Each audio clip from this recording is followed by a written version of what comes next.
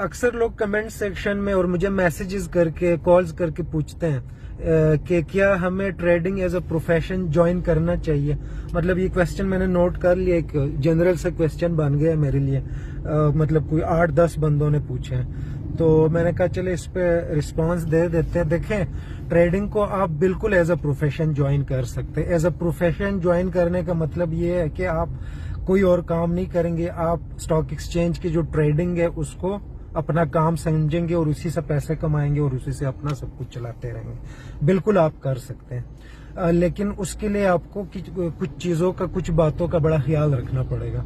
देखिए, आप अगर इस सोच के साथ आ रहे हैं कि मैं स्टॉक एक्सचेंज में ये 10-20 लाख 30 लाख रुपए डाल के तो महीने में डबल कर दूंगा, तो मैं कोई बड़ा इस तरह कमा के अमीर हो जाऊंगा, तो इस सोच के साथ आपने नहीं आना। देखिए, स्टॉक एक्सचेंज में जो इन्वेस्टमेंट है ना, ये पैशंस मांगती है, सब्र हो आप में। मतलब ये कि आप स्टॉक एक्सचेंज, आपका पोर्टफोलियो कभी माइनस में जा रहा होगा, कभी प्लस में जा रहा होगा, तो उस पे आपने ये नहीं करना कि यार ये तो मैं फंस गया हूँ। मैं आपको छोटा सा एग्जांपल देता हूँ। देखिए, अक्सर हम लोगों से सुन रहे होते हैं या अपने बुजुर्गों से सुन रहे होते हैं कि ये फलानी जो जमीन थी, ये फलाना प्लॉट जो था, ये मुझे 1990s में 50,000 रुपए का मिल रहा था, अभी देखो 5 करोड़ रुपए का है। तो इस तरह की ये अक्सर लोग कह रहे हैं कि मेरे दादा ने ये जगह इतने में बेची थी, अभी देखो इतनी की है। लोगों को पता नहीं है, वरना लोग स्टॉक्स का एग्जाम्पल दे रहे होते हैं। अब देखें, मैं आपको छोटा सा एग्जाम्पल देता हूँ। 1991 नवंबर 1991 में पाकिस्तान स्टॉक एक्सचेंज का जो इंडेक्स था ना, KSE 100 इंडेक्स, अभी जो 1,38,000 है राउंड अबाउट ना, तो ये इंडेक्स 1991 नवंबर में 1,000 था। 1,000 ये बेसिस पॉइंट से स्टार्ट हुआ था। किस तरह स्टार्ट हुआ था, क्या लॉजिक था, वो किसी और वीडियो में बता दूंगा, लेकिन 1,000 पॉइंट्स थे। अभी ये 2025 में 1,38,000 पॉइंट है। इसका मतलब क्या है, समझ रहे हैं आप? इसका मतलब ये है कि ये तकरीबन कोई 17-18,000% इंक्रीज हुआ है। तो इसका सिंपल मतलब ये बनता है कि अगर एक बंदे ने 1991 में इन्वेस्ट किया होता 1 लाख रुपए, आज वो इन्वेस्टमेंट उसकी 1,38,00,000 रुपए होते हैं। 1,38,00,000 रुपए। तो देखे, स्टॉक एक्सचेंज जो है ये कोई मतलब कोई गैम्बलिंग नहीं है। ये एक बहुत अच्छी इन्वेस्टमेंट है। ये मैं क्रिप्टो और दूसरी चीजों से क्यों इसको मैं ज्यादा फोकस करता हूँ, उसकी वजह ये है कि देखिए, स्टॉक्स में जितने भी स्टॉक्स में आप इन्वेस्ट कर रहे हो ना, वो चीजें आप या यूज कर रहे हो, उसको आप जानते हो, आपको पता है कि ये क्या चीज है, इसका क्या फ्यूचर हो सकता है, या कितने टाइम में मतलब इससे मैं प्रॉफिट कमा सकता हूँ ना। इस तरह की काफी सारी चीजें, वो आप क्रिप्टो में आपको वैल्यू फॉर मनी का नहीं पता होता। मैं अक्सर अपने दोस्तों को काफी को जानता हूँ जिन्होंने ये बिटकॉइन और इथेरियम और ये मुख्तलिफ जो करेंसीज है डिजिटल, इसमें इन्वेस्ट किए हुए हैं ना। जब भी मैं उनसे पूछूं कि इसके पीछे वैल्यू फॉर मनी क्या है, मतलब मैं ये नहीं कह रहा कि कोई 2 नंबर काम है या क्रिप्टो ठीक नहीं है, वो सारी चीजें ठीक होंगी, मैं ये नहीं कह रहा। लेकिन जब आप इन्वेस्ट कर रहे हो तो आपको वैल्यू फॉर मनी का तो पता होना चाहिए ना, कि मैं वैल्यू फॉर मनी ये कि ऐसा क्या हो रहा है कि उधर कोई वेल्थ जनरेट हो रहा है एक्टिविटी की वजह से, तो वो चीज आपको पता होनी चाहिए। अब क्रिप्टो के किसी के बंदे को किसी से पूछो, वो कहेगा बस ये ब्लॉकचेन है तो इस तरह है, तो प्रॉब्लम सॉल्व हो रहे होते हैं। तो क्या मतलब, क्या एक वैल्यू फॉर मनी क्या है उसमें, कोई नहीं पता होता। अभी मैं आपको अगर इसका बता दूं स्टॉक्स का, तो आप किसी भी कंपनी का स्टॉक्स ले रहे हो तो वो उसका इवन आपका जो उसका प्रोडक्ट है वो आप घर में यूज कर रहे हो, आपको पता है कि ये चीज अच्छी है बुरी है, ये उससे भी आप पता कर सकते हो कि यार ये कंपनी जो है या मेरी इन्वेस्टमेंट इस कंपनी में है तो ये प्रॉफिटेबल हो सकता है कि नहीं हो सकता। अगर उसका प्रोडक्ट अच्छा है, मार्केट में चल रहा है, आप यूज कर रहे हो, आप भी सेटिस्फाई है उससे, तो मतलब ये कि मेरे कहने का मतलब ये कि आप पता कर सकते हो। आप वैल्यू फॉर मनी आपको पता हो सकता है कि मैं जो इन्वेस्ट कर रहा हूँ स्टॉक एक्सचेंज में, तो इधर वैल्यू फॉर मनी क्या है, कहाँ से वेल्थ जनरेट हो रहा है। तो नो डाउट ये बहुत अच्छी इन्वेस्टमेंट है। देखिए, अगर 1 लाख रुपए 1,38,00,000 तक पहुंचते हैं, ये कोई तकरीबन कोई 25 और 10 35-34 सालों में, तो ये बहुत अच्छी इन्वेस्टमेंट है। लेकिन ये इसको चाहिए सब्र, पैशंस। उसमें ये है कि आप ये नहीं कह सकते कि मतलब ये थिंकिंग, गैम्बलिंग की थिंकिंग के साथ नहीं आना।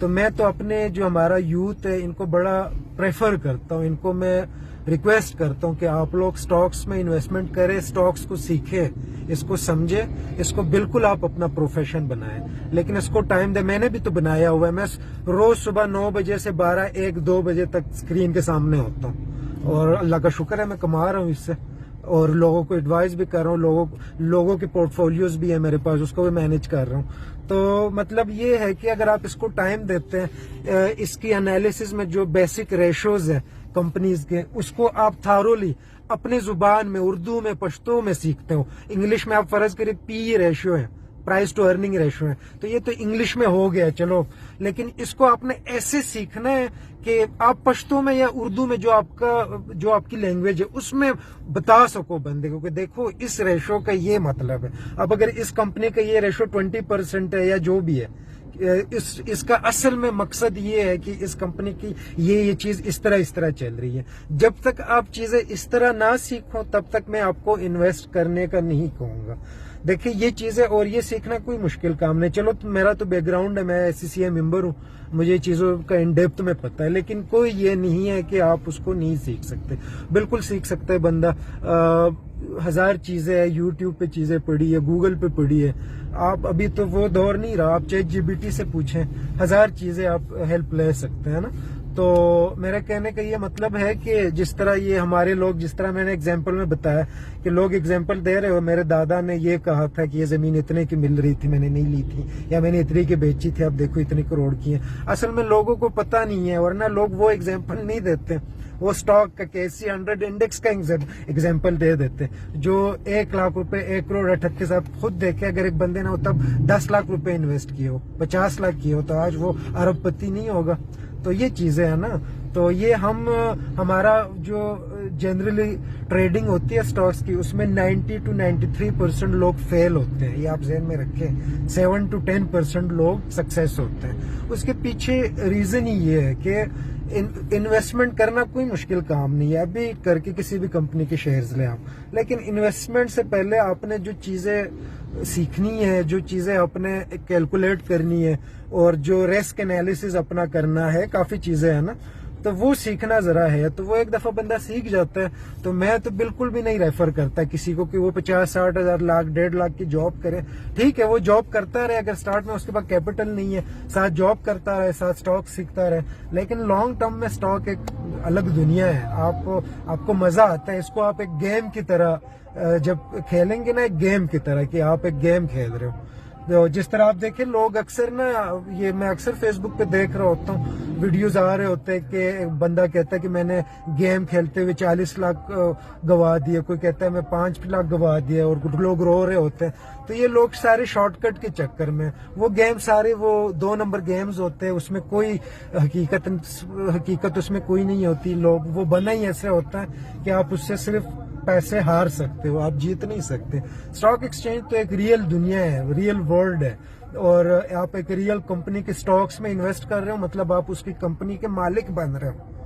तो और दूसरा ये कि उसका, अगर आप लोगों के जहन में ये आता है ना कि चलो मैं इन्वेस्ट करता हूँ, अब क्या पता कंपनी कौन चला रहा है, कराची में बैठ के या फैसलाबाद, लाहौर में बैठ के, मुझे क्या पता क्या हो रहा होगा, मुझे मेरा प्रॉफिट सही तरीके से मिलता होगा, डिविडेंड या नहीं मिलता होगा।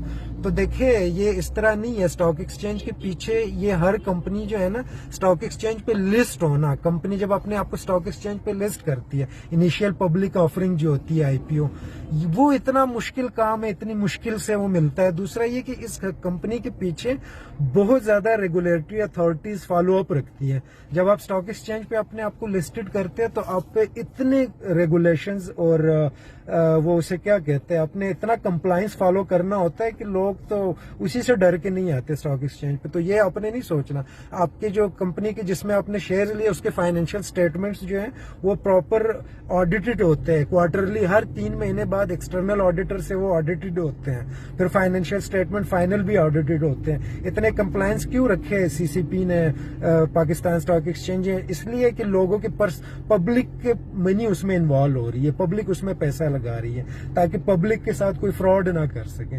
तो वो आपने वो चीज नहीं सोचनी कि पता नहीं मेरे साथ कोई फ्रॉड ना हो जाए, कोई ये ना हो कि कंपनी का जो प्रॉफिट है वो डायरेक्टर्स जो उधर बैठे हैं वो खुद सारी चीजें खा जाए और मुझे कुछ ना मिले।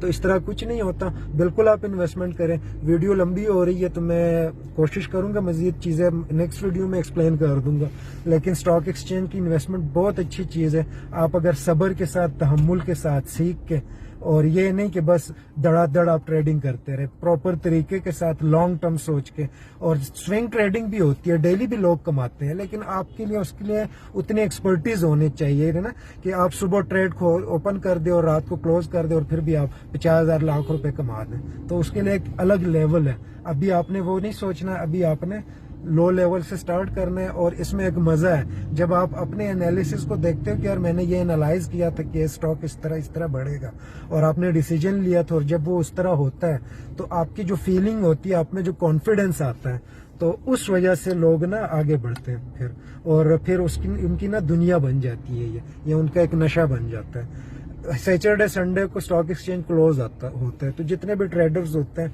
वो जो ट्रेडर्स दिल से ट्रेडिंग करते हैं, जिनको मजा आता है उनको, तो वो सैटरडे संडे को बड़े अपसेट होते हैं, कभी इधर कभी उधर घूम फिर रहे होते हैं। ओके जी, थैंक यू, अल्लाह हाफिज।